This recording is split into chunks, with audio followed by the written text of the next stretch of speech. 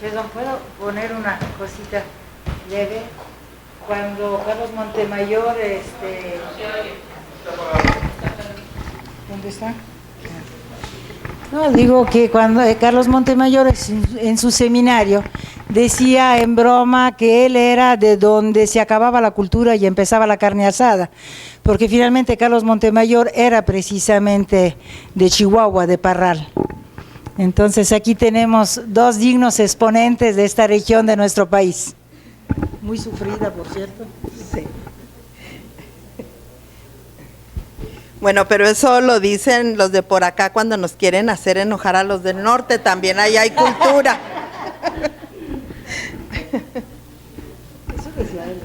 Bueno, muchas gracias, Laura, por la invitación y nos da mucho gusto estar aquí. El amanecer zapatista del 1 de enero de 1994 en los Altos de Chiapas realmente comenzó el 23 de septiembre en la Sierra de Chihuahua. Esa mañana, un grupo de jóvenes guerrilleros quiso tomar por asalto el cuartel de Ciudad Madera, población serrana muy cercana a los límites del estado de Chihuahua con el estado de Sonora. A partir de ese 23 de septiembre, es visible la continuidad de las luchas armadas en el país entero durante varias décadas. Para mí fue muy desconcertante el tono de las notas en las que trataba a los jóvenes guerrilleros como criminales comunes, abigios o gatilleros. Se trataba de una generación honestísima, brillante y limpia. Esa incongruencia entre la versión oficial y la verdad humana que conocía y me constaba como testigo de muchos años, me sacudió. Sin duda, este fue el hecho que más me marcó como escritor, analista político, periodista e historiador. Cito a Carlos Montemayor con estas palabras. Esta sacudida llevó a Carlos a hacer de la rebeldía el hilo conductor de su vida y obra. Rebeldía contra la fuerza del Estado que desvirtúa la verdad y la dignidad humana. Carlos se propuso deslindar en todo tiempo la versión oficial de la social. Desde el momento que conoció la noticia del asalto, se prometió esclarecer la verdad de los hechos. Pasarían 38 años para que publicara la primera de sus 3 novelas, Las armas del alba. Tiempo en que tomó distancia, se documentó, escribió Guerra en el Paraíso y diversas obras que dan cuenta de la violencia de Estado y las resistencias que surgen a lo largo y ancho del país. Como Homero, nutrió sus obras del inmenso caudal de testimonios que recogió por el país. En el caso de Madera, acompañado, entre otras personas, por Gavino y por mi hermano Eduardo. Después de presentar Las armas del alba, le reclamé que era un libro de hombres. Argumenté que las mujeres participamos en los cambios sociales, invisibles y sin reconocimiento. Me prometió que escribiría sobre nosotras. Así fue.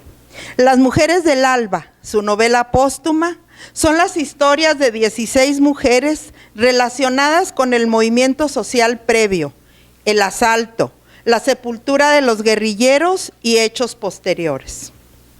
De este libro, dice el historiador Jesús Vargas, cito, abre nuevos caminos en la novela histórica. Así como Rulfo introdujo el mundo de los fantasmas e hizo actuar a los muertos en la literatura, así como García Márquez se encargó de romper las barreras entre el mundo de la realidad y el de los personajes mágicos, Montemayor ha iniciado una nueva línea en la que hace hablar a las mujeres que no actúan directamente en los hechos. Rebeldía contra las palabras oscuras, rebuscadas, vanas, Carlos se propuso escribir para que lo entendieran las personas sencillas, humildes, para profundizar las experiencias, hacer vivir y sentir.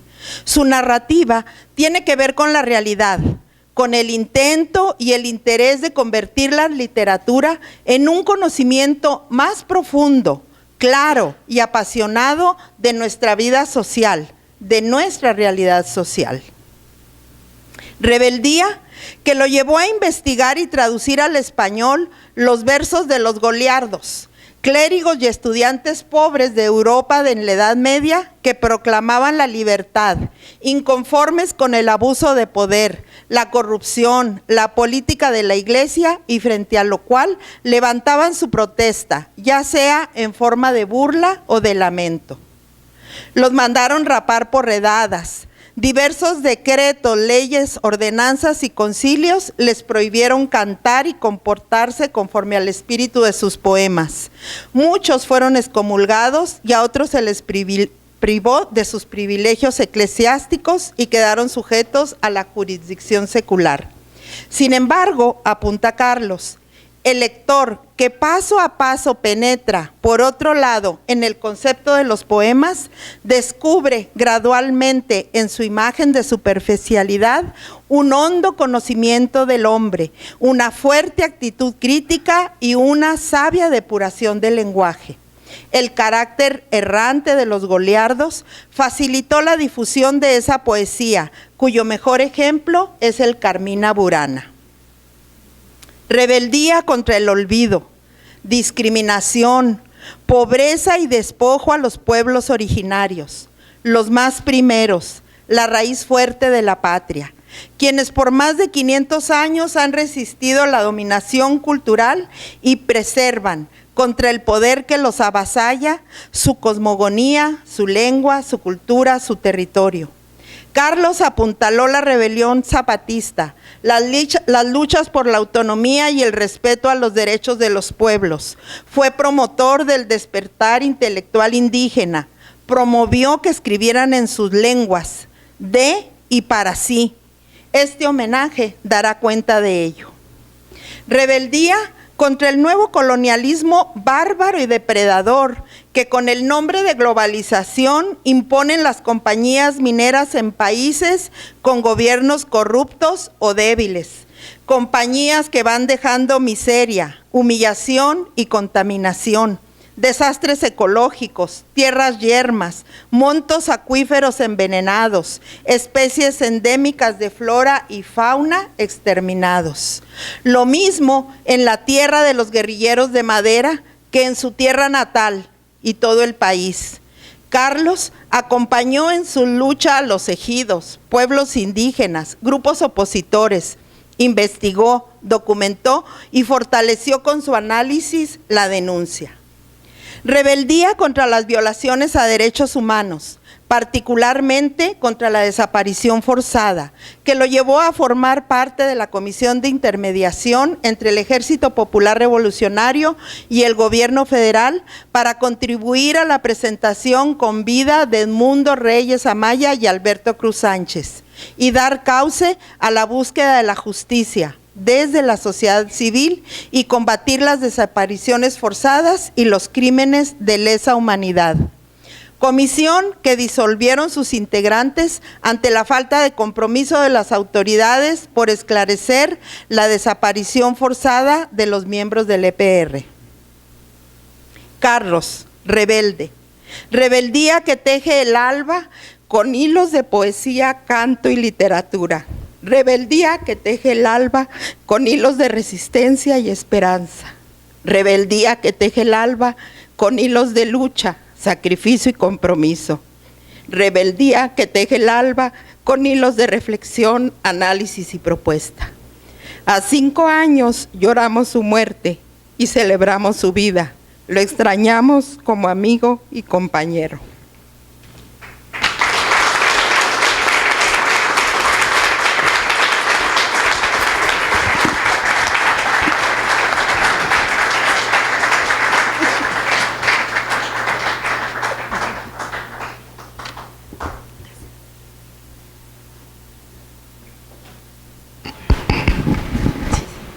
digo yo. Sí. Bueno, bueno, a continuación, Gabino Gómez. La emoción nos embargó, perdón. La compañera Alma es hija del doctor Pablo Gómez, que aparece ahí en la fotografía de los caídos en asalto al cuartel de Madera, y es mi esposa. Nuestros hijos son Gómez y Gómez.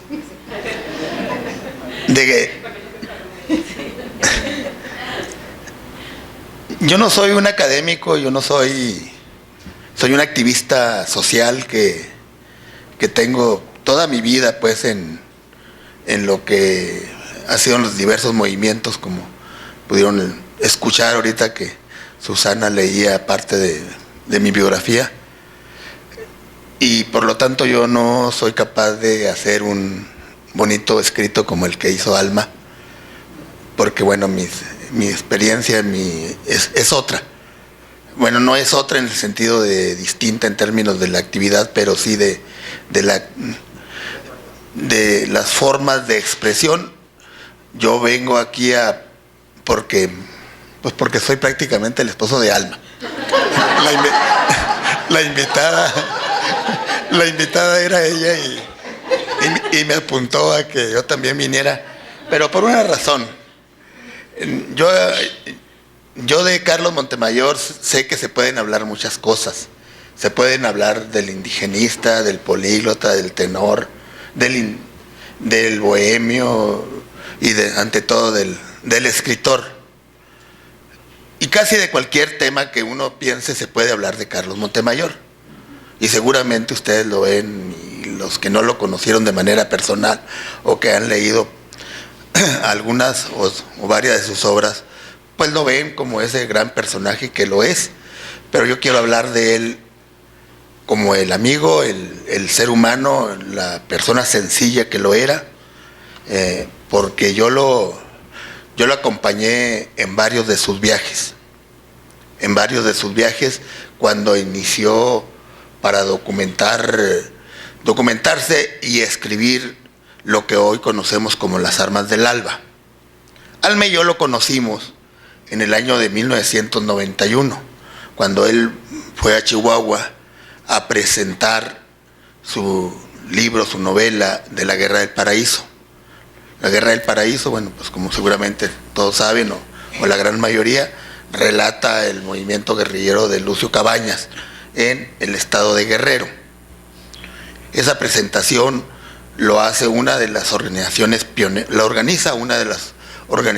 pioneras en derechos humanos en Chihuahua y en el país, que es la Comisión de Solidaridad y Defensa de los Derechos Humanos, que es COSIDAC.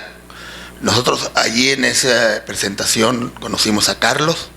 Después de la presentación, pues lo clásico, un convivio, una reunión ahí con la casa de un amigo, en la que para el traslado a la casa del compañero Jaime García Chávez e Irma Campos, una feminista que falleció recientemente, y Jaime García Chávez, pues también un licenciado, luchador también de toda la vida, que hoy encabeza en Chihuahua un movimiento en contra de la corrupción del gobernador Duarte. Este gobernador que hace 20 años, yo le dije, todavía obviamente no era gobernador, él era un ciudadano dirigente de la CNC, que le comenté que había salido en los periódicos a César Duarte un edicto de remate de su casa porque no podía pagar su casa. Hoy hay un movimiento encabezado por Jaime García Chávez, porque el gobernador Duarte es dueño de un banco, dueño de un banco en Chihuahua, el Banco Unión Progreso. Y entonces, pues imagínense que hace 20 años no podía pagar la hipoteca de su casa, y ahora siendo gobernador es propietario de un banco. Bueno, esto es, íbamos a la casa de Jaime García, el compañero Carlos se fue con nosotros en nuestro vehículo. En el trayecto nos comenta y nos dice: yo tengo una deuda con los chihuahuenses, y tengo una deuda con los guerrilleros de Madera. Yo tengo la necesidad de escribir sobre este movimiento, porque no es posible que yo, chihuahuense, haya escrito ya muchas cosas y no haya escrito sobre este movimiento, que es el primer movimiento guerrillero en México de la época moderna, del movimiento socialista. Ahí de inmediato yo le dije: si quieres, Carlos, yo te puedo acompañar si necesitas. Entonces él se suelta riendo, él se ríe y no entendíamos. Inmediatamente nos comenta que cuando iba a iniciar a recorrer Guerrero para recabar la información para la Guerra del Paraíso, él estaba con un grupo de personas y un campesino le dijo: si quieres, Carlos, yo te acompaño. Esta anécdota, él durante mucho tiempo, cada vez que nos encontrábamos y había reuniones, él comentaba cómo se había dado esa similitud entre mi propuesta así de inmediata, espontánea, con la de este campesino en Guerrero, que finalmente los dos servimos en su momento de guía. Hicimos una primera salida a Ciudad Madera. Ciudad Madera se encuentra cerca como a 250 kilómetros de la capital, es en la zona serrana. En esa primera recorrido ahí pues fue al lugar donde estaba el cuartel militar. Él se entrevistó con mucha gente, fuimos al panteón, fuimos al lugar donde estaba el cuartel, un recorrido muy general, entrevistándose con algunas personas. Desde ese momento a mí me sorprendía que no escribiera. Él no escribía, no tomaba notas. Allá de vez en cuando sacaba un papelito que usaba en la bolsa y anotaba algo, alguna fecha, algún pequeño detalle. De vez en cuando sacaba la grabadora y la ponía, pero en general retenía la información que se le que recibía. Pero además me llamaba la atención pues que siempre cargaba ahí su botella de etiqueta roja o etiqueta negra si alguien te la pichaba. Si la compraba era etiqueta roja. Y si entonces siempre la llevaba, era el bohemio el que siempre estaba ahí y que estaba esperando nomás las 12 del día para abrir la botellita y empezábamos. Pues yo también me le sumaba ahí a él en ese momento. Este primer viaje, bueno, fue un primer recorrido que se hizo ahí por Ciudad Madera, varios momentos. Nos fuimos por una carretera, regresamos por otra, llegamos a mi casa, porque ahí si se fijaron, yo soy de un ejido allí que está en mediación de entre Chihuahua y Madera, por otra vía, y llegamos a mi casa y a platicar con la familia y a platicar cosas de todo. Estoy hablando de 1994. Esto fue el primer recorrido que él hace para documentarse sobre este primer intento él de sacar información de manera directa. Seguramente él ya había leído y había estado leyendo todos los cuadernos, todo lo que se había publicado en relación al movimiento que había dado origen a la guerrilla. Después fuimos a Sonora. ¿Por qué fuimos a Sonora? Fíjense, aquí hay una parte que falta, incluso para los que falta rescatar, porque fue parte de lo que quedó pendiente de que publicara Carlos. Le quedó un cuarto libro sin publicar. Originalmente él iba a publicar solamente Las Armas del Alba. Terminó escribiendo 3 y le faltó un cuarto, que dijo sobre Óscar González Iriarte. Óscar González, después del asalto, que no vamos a relatar el asalto, es porque ahí viene relatado en Las Armas del Alba, pero que además yo no vengo a relatar lo que dicen los libros, sino lo que pasó en algunos detalles que me tocó vivir junto con Carlos cuando andaba haciendo su trabajo. Fuimos a Sonora porque después del movimiento, del asalto al cuartel de Madera, se forma un grupo otro grupo guerrillero, que es el Grupo Popular Guerrillero Arturo Gamis, encabezado por Óscar González Iguiarte. Óscar González Iguiarte había sido compañero, creo que en la preparatoria de Carlos, y habían sido pues, amigos, compañeros.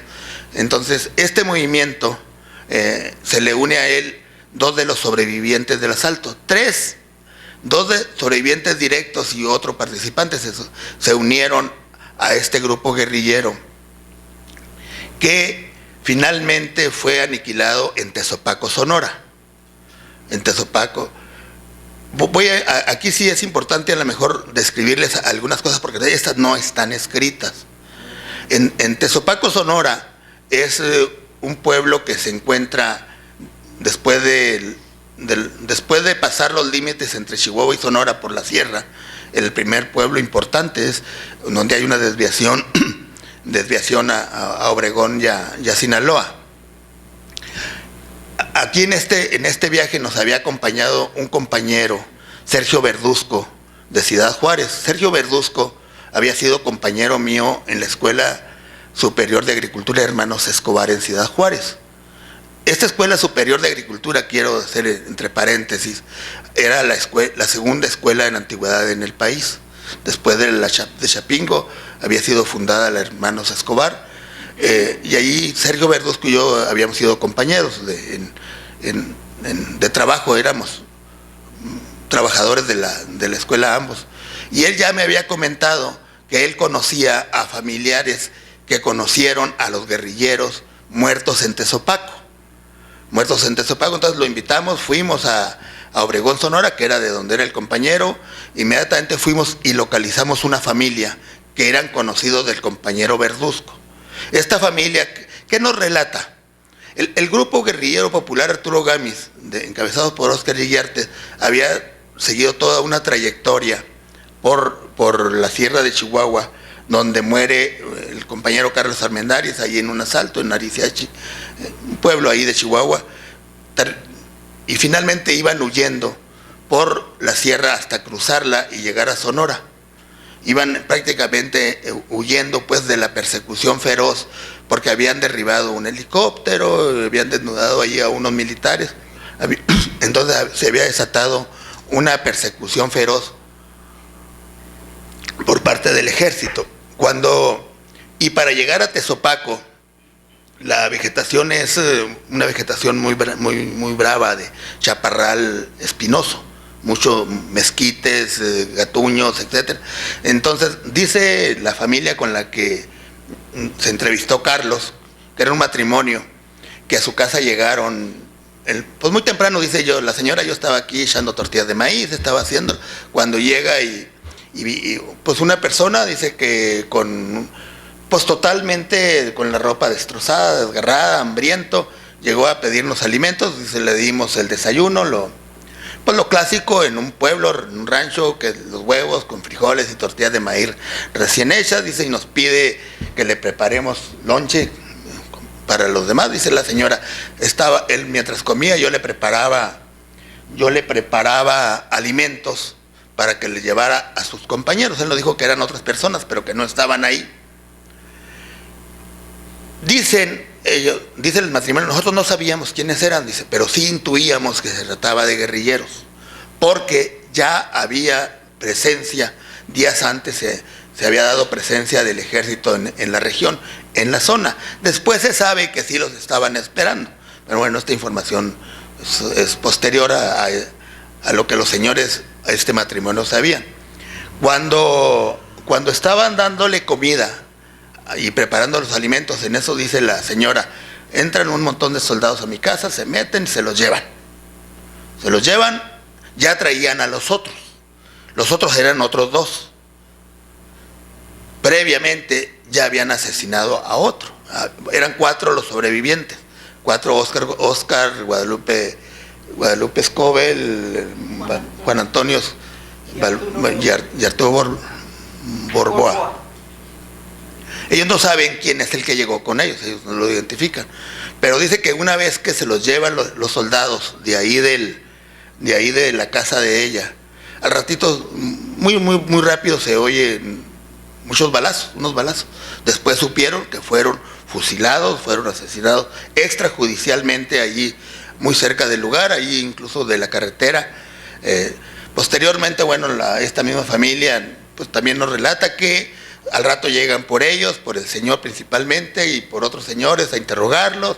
Pues ellos no les dicen más que la información, no sabían más que lo que les relato. Les pidieron unas mulas, vamos a cargarlos, los muertos, nos llevan al panteón de donde fueron sepultados.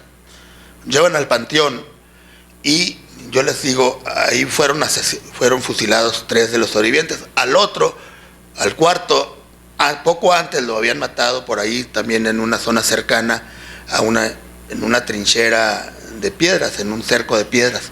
Ahí estaba entonces cerca del panteón. Fuimos y pues una sorpresa que había de parte incluso de Carlos, de cómo las tumbas de estas 3 personas eran tumbas arregladas, cuidadas, limpias, con flores. Incluso el lugar donde había caído el otro en un posible enfrentamiento o fusilado, no se sabe. Allí junto a la trinchera de piedras había una cruz también puesta ahí con unos ramos de flores. Dice el señor que algunos lugareños y después algunos familiares empezaron a ir a visitarlo. Les relato esto porque, bueno, esto no está, por lo menos esta parte debe de estar por ahí, no sé si algo avanzado de que él haya empezado a escribir sobre esta parte de la historia que quedó inconclusa en términos de el objetivo de Carlos. Cuando regresábamos de Tezopaco a Chihuahua, venía el compañero Sergio Verduzco. Venía el compañero en un automóvil de nuestra propiedad, venía atrás, Carlos y yo veníamos adelante, y agarramos una plática. Él y yo le empecé a contar una historia de un hijo nuestro que nosotros lo habíamos adoptado. Este niño, cuando llega con nosotros, lo mandan de Estados Unidos porque sus padres biológicos son puertorriqueños. Su madre estaba encarcelada en Estados Unidos, sentenciada a 50 años. Su padre era el perseguido número 1 de Estados Unidos porque lo querían detener, porque era del movimiento independentista de Puerto Rico. Entonces querían detener al niño para chantajear al padre y detenerlo en Estados Unidos. Entonces lo mandan los compañeros de Estados Unidos, lo mandan a México, nosotros nos hacemos cargo de él, lo registramos como nuestro hijo, y esta es una historia, es toda una otra historia, que yo esta parte se la estuve comentando a Carlos en el trayecto. Se los digo porque después, sin que nos pidiera permiso, sin que nos dijera nada, él relata esta historia en uno de sus libros, en los informes secretos. Ahí relata parte de esta historia. En toda esta parte venía Sergio Verduzco, el compañero que nos había acompañado, venía que no hacía ningún ruido, creíamos que venía dormido, ya era noche. Resulta ser de que se venía y se acabó la botella. Verduzco se le acabó la botella que había comprado en Ciudad Obregón, Carlos. Entonces nunca se le olvidaba. Verduzco fue asesinado en Ciudad Juárez, en las calles de Chihuahua. Es una de las víctimas del horror que ha vivido Ciudad Juárez. Incluso fue asesinado, su crimen permanece impune.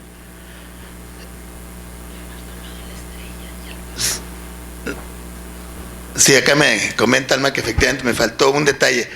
Cuando íbamos apenas para Sonora, hay un entronque que se llama Las Estrellas, y ahí pues siempre ha habido un retén militar.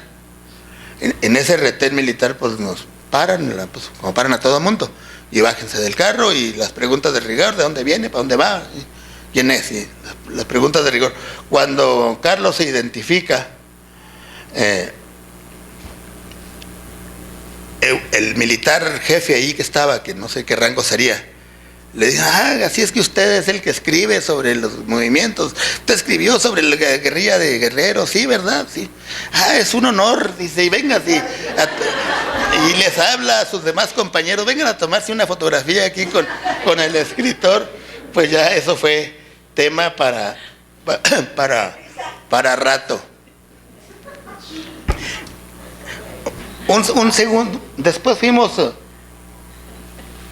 a Madera en septiembre, porque él quería ver cómo era septiembre en Madera, porque el asalto había sido en septiembre. Ahí estuvimos primero, fue una primera en ese viaje, fue creo que el viaje más, por lo menos de los que yo le acompañé, él hacía el más fuerte, más intenso en términos de lo que él supo, lo que él conoció. Ahí entrevistó a Ramón Mendoza, uno de los sobrevivientes de Madera, que es el que está en la fotografía colores, ahí el de camisa, cuadros y sombrero, que ya murió. En el primer, él vivía en Ciudad Madera y en un rancho en la sierra. En el primer viaje nos encontraba, le dejamos recado ahí que se reportara cuando estuviera por la entrevista. Total, ya se concreta la cita, se hace esa primera reunión en su casa, en la casa de Ramón, ahí en Ciudad Madera. Obviamente llegamos y rápidamente Carlos bajó con su botella y Ramón sacó una botella de sotol. O sea, para los que no sepan, el sotol es una bebida regional muy fuerte, más fuerte que el mezcal. Entonces, bueno, pues se compartieron ahí algunos tragos. Cuando le pregunta a Carlos a Ramón que sí, qué le parecía el whisky, le dice, casi tan buena como el sotol, dice, casi tan bueno como el sotol. También este hecho cada vez que, porque se vieron varias veces y cada vez recordaban esta situación. Pero ahí lo importante de Ramón Mendoza es que le relata toda su historia. Primero la parte del asalto, que ahí en el libro ahí se menciona que fue el gatillero que hizo el primer disparo porque era un excelente tirador a quebrar un foco, un foco de la puerta del cuartel. Y cómo sobrevive, qué pasa después de que él sobrevive y a dónde se fue, que se fue al Faro, que se fue, etcétera, etcétera. Pero lo importante de aquí es que él fue de los que se unieron al Grupo Popular Guerrillero de Óscar Iriarte. Él, por un incidente con la policía, lo meten a la cárcel en la ciudad de Chihuahua y lo mandan a las Islas Marías. Y se escapa de las Islas Marías. Se escapa y le relata todo el proceso de que llega a las Islas Marías, todo lo que sucede allí en las islas, a quienes conoce, quiénes son las personas, cómo se junta con el mono blanco, una persona que le decían, y cómo construye una lancha, una balsa, y cómo se escapan, y su travesía después de que llegan a la playa en Nayarit, en su trayectoria hasta llegar a Chihuahua, a su pueblo, al Tres Ojitos, y después su salida a Estados Unidos, porque el día que llegó él a su casa, llega por la tarde y en la mañana habían estado los del ejército, de la policía buscándolo ahí. Le relata, cuando terminamos, esto fue una plática casi de toda la noche, y de una botella. Entonces cuando nos trasladamos al hotel, me dice Carlos, dice, es que esto es otra novela. Entonces él ahí en ese momento toma la decisión de hacer la fuga, que es la otra novela que hace sobre este caso, Carlos. Otra cuestión que sucede ese día ahí en Madera, en esa ocasión que no se les olvide que era septiembre. Él sale una de las mañanas, que es un clima muy frío, allá en septiembre es cuando ya empieza el frío allá en Madera. Sale muy de madrugada, se va a recorrer, quería saber qué se sentía en el alba para saberlo, tener la sensación de qué había pasado, qué sentía por lo menos en el clima de los guerrilleros. Ahí estuvo recorriendo, se sentó a ver hasta que sale el sol, un poco más, porque fue el tiempo más o menos que duró el enfrentamiento. Bueno, pues yo no lo acompañé, pues yo me quedé dormido y él se fue solo, pues ahí, sino cuando ya él regresa que me comenta que eso estuvo haciendo. Él estuvo haciendo. A la siguiente noche nos fuimos al bar ahí del hotel. Nos fuimos al bar, había un concurso de Miss Universo. De Miss Madera, para ver si la de Miss Madera llegaba hasta Miss Universo. A ver si escalaba. Sí, había un concurso. Ahí estaban las muchachas con un frío cercano a los 0 grados y la pasarela de los bikinis y eso. Pues se corre la voz que el escritor, que Montemayor está aquí en el público, pues termina de jurado. Termina de jurado ahí entonces, bueno, estas son algunas de las cuestiones que me tocó tener el honor de compartir con Carlos, la persona humana que siempre se grababa las pláticas, porque cuando nos veíamos así de vez en cuando, que siempre me estaba preguntando cosas, oye, ¿te acuerdas de este? Pues yo ya ni me acordaba y él recordaba y era capaz de reiniciar una charla que había quedado interrumpida muchos años después. De eso era capaz de hacerlo, pero con esa sencillez, con esas formas de actuar en la que podía compartir con cualquier persona, cualquier charla, cualquier plática. Entonces, pues termino esta plática diciendo que pues mi nombre aparece en 2 de sus libros, en Las armas del alba,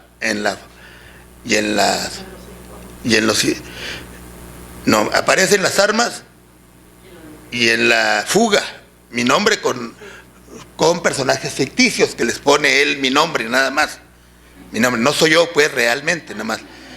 Pero sí aparezco en 2 historias, en los informes secretos.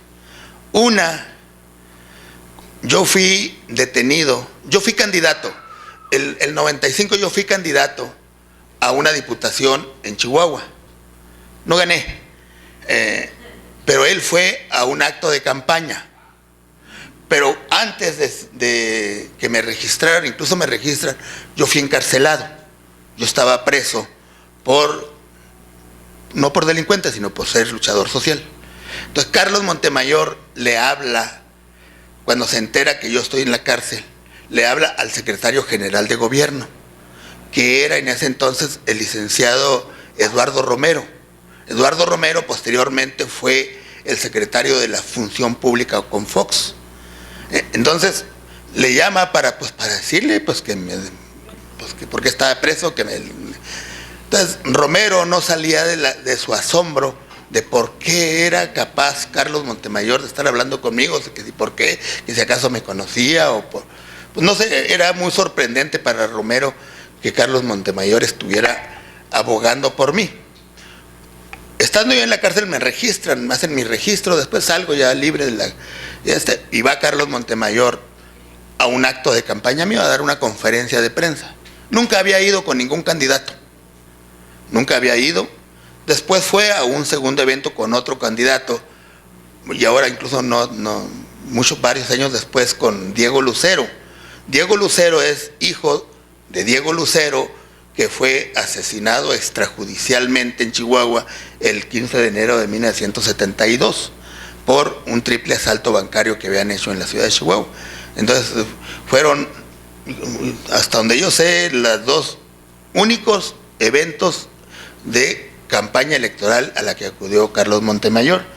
Esto pues para mí pues representa pues una cuestión importante y satisfactoria pues de que haya tenido el privilegio pues de que alguien de esta estatura haya hecho esto pues en compensación seguramente, porque nos conocimos y nos hicimos amigos. Gracias.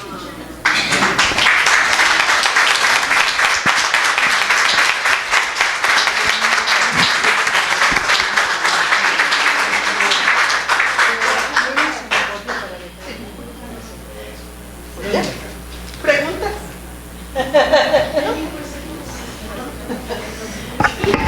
Yo les quiero comentar que Carlos presumía justamente eso, que antes de ir a la de Diego Lucero, dice, a la única campaña que he ido es a la de mi amigo Gabino Gómez. Y nunca.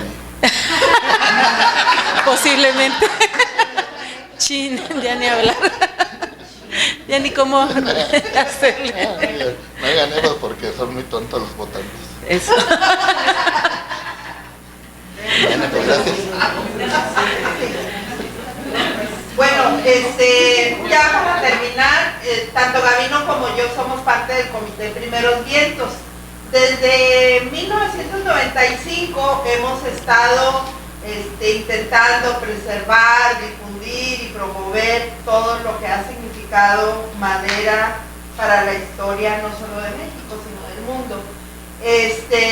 Y bueno, estamos celebrando los 50 años, es el cincuentenario del asalto al cuartel militar, y allá afuera habrá libros, de la fuga no, pero sí de las armas y de las mujeres, y calendarios con motivo de los 50 años del asalto. Entonces, todos los fondos recabados serán utilizados para las actividades, porque bueno, pues como en el caso aquí de la compañera Laura, todo esto se hace por amor y compromiso. Muchas gracias.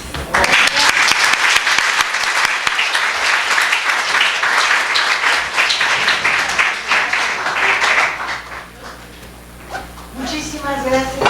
Quisiera agradecer personalmente mucho a los compañeros, a Alma y a Gabino, que nos han hecho presente nuevamente a Carlos Montemayor.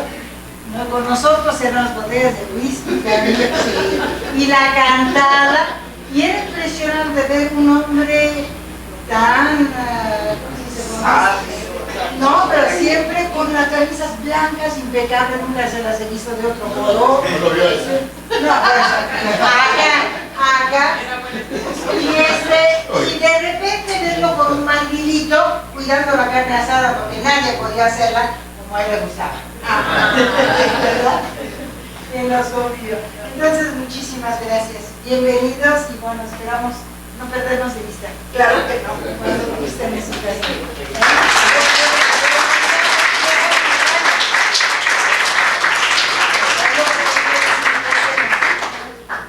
¿Cómo se le hace, muchachos? ¿Empiezan ustedes entonces?